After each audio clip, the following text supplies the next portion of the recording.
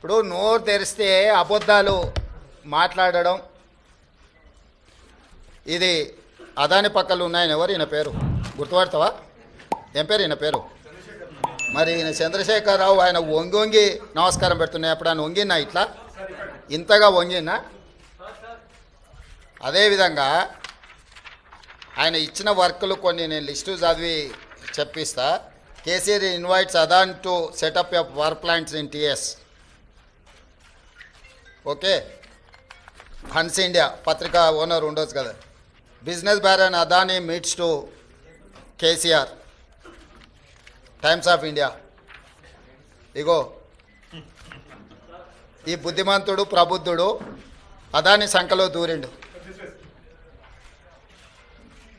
ఈ సిగ్గులేనోడు అదాని గురించి నా గురించి మాట్లాడతాడు.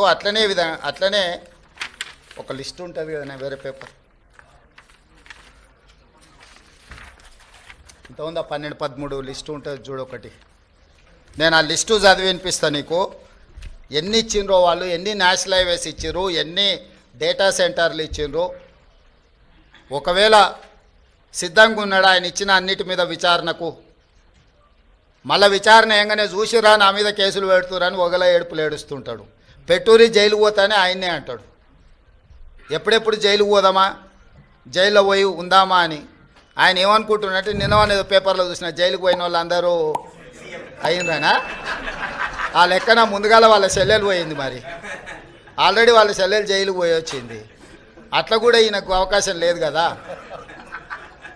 ఆ ఛాన్స్ ఒకవేళ తీసుకుంటే కేసీఆర్ ఫ్యామిలీలా ఆల్రెడీ వాళ్ళ చెల్లెలు జైలుకు పోయి వచ్చింది. ఆ ఛాన్స్ ఆల్రెడీ వాళ్ళ చెల్లెలు కొట్టేసింది. ఆ ఫ్యామిలీలో ఉన్న పోటీని తట్టుకోలేక. కాబట్టి ఇట్లాంటి చిల్లర ఆలోచనలు మానాలి. 10 ఏళ్ళు మంత్రి చేసినోడు, అమెరికాలో చదువుకొచ్చినోడు, కొంచెమన్నా జ్ఞానంతో, కొంచెమన్నా ఆలోచన, విజ్డమ్ వాడాలి కదా. బలోపేతంగా విస్తరించినటువంటి సంస్థను డెసిమేట్ చేస్తాం, ఎలిమినేట్ చేస్తామంటే అది అహంకారం తప్ప మరొకటి కాదు. అది ఇంపాసిబుల్. అందులో బీఆర్ఎస్ను డెసిమేట్ చేయడం అనేది 1,00,000 రేవంత్ రెడ్డిలు, 1 కోటి ఇంకో వచ్చినా ఏంటిగా మనం కూడా ఫరక పడదండి. కేసీఆర్ ఇస్ డెఫినెట్లీ వైపౌట్ చేయలేని, తుడిచివేయలేని ఎమోషన్ కదా తెలంగాణకు. కేసీఆర్ తెలంగాణకు ఉన్న బంధం అది కదా.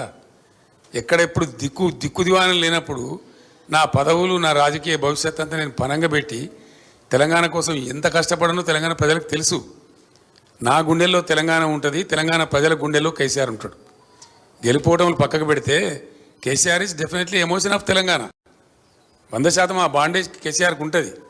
కేసీఆర్ని పట్టుకొని గిలి పడేస్తాం, తుడిచి పడేస్తామని ఎవడని అనుకుంటే వాడు పిచ్చోడేతాడు తప్ప కేసీఆర్ కానీ తెలంగాణ ప్రజలు కానీ కారు. నిజమే బ్రదర్, ఇప్పుడు నేను చెప్పిన ఫిగర్స్ అన్నీ ఉన్నాయి కదా, అవన్నీ ఆడిటెడ్ ఫిగర్స్ కదా. Comptroller and auditor general of India ఇచ్చిన ఫిగర్స్ కదా. అది విధ్వంసం అంటారా? వాళ్ళ దృష్టిలో అది విధ్వంసం అయితే వాళ్ళంత మురుకులు మరొకరు లేరుగా. బ్రదర్, నేను ఒకటే మాట చెప్తున్నా. నేను కూడా రైతు రుణమాఫీ ప్రకటించిన. ఒకే విడతగా చేద్దామని చెప్పి నేను చేయని ప్రయత్నం ఎక్కని కొండలేదు, మొక్కని బండలేదు.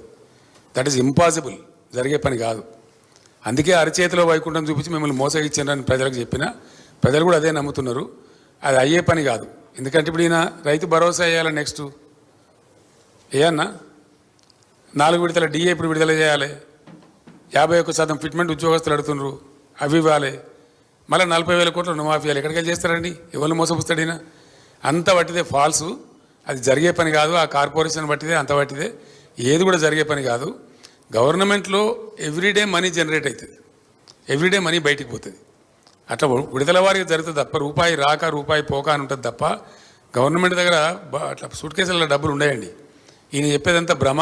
ఆయన భ్రమలో ఉండి ప్రజలను కూడా భ్రమింపజేసేటువంటి ఒక ప్రయత్నం చేస్తూ ఉన్నాడు.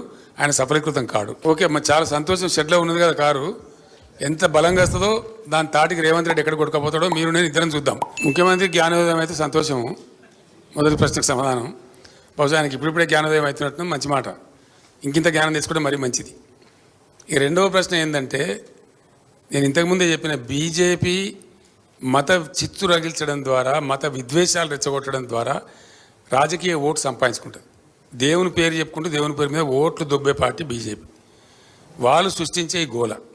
నేను ఒక్కటే మాట చెప్తా ఉన్నా, వాళ్ళు ముస్లింలా, హిందువులా, మరొకలా అని కాకుండా ఏ ప్రజలైతే ఇప్పటికి కూడా అసమానతకు గురవుతూ ఉన్నారో, ఏ ప్రజలైతే వాళ్ళకి రావాల్సినటువంటి వాటా పొందలేకపోయినరో, వాళ్ళు ఎస్సీలు కావచ్చు, ఎస్టీలు కావచ్చు, బీసీలు కావచ్చు, ఎంబీసీలు కావచ్చు, ముస్లిం సోదరులు కావచ్చు, ఎవరైనా కావచ్చు, వాళ్ళకు న్యాయం జరగాల్సిన అవసరం ఉంది.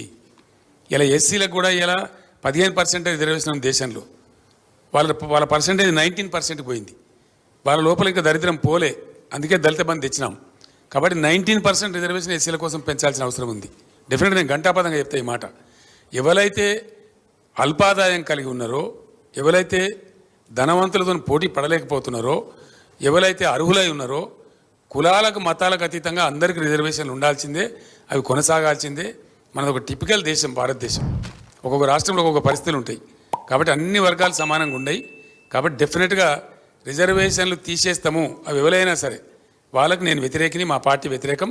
100% ముస్లింల రిజర్వేషన్ తీసేయడం తప్పు. వాళ్ళకైనా ఉంటే ఉన్నదాన్ని కొనసాగించండి, ఇంకోటి పెంచితే పెంచండి, అట్లా ఉండాలి. కానీ ఒక ముస్లిం ద్వేషం పెట్టుకొని వాళ్ళ చుట్టూ ఈ పొలిటికల్ గేమ్ ఆడడం అనేది చాలా దిక్కుమాలిన దరిద్రం కూడా చర్య.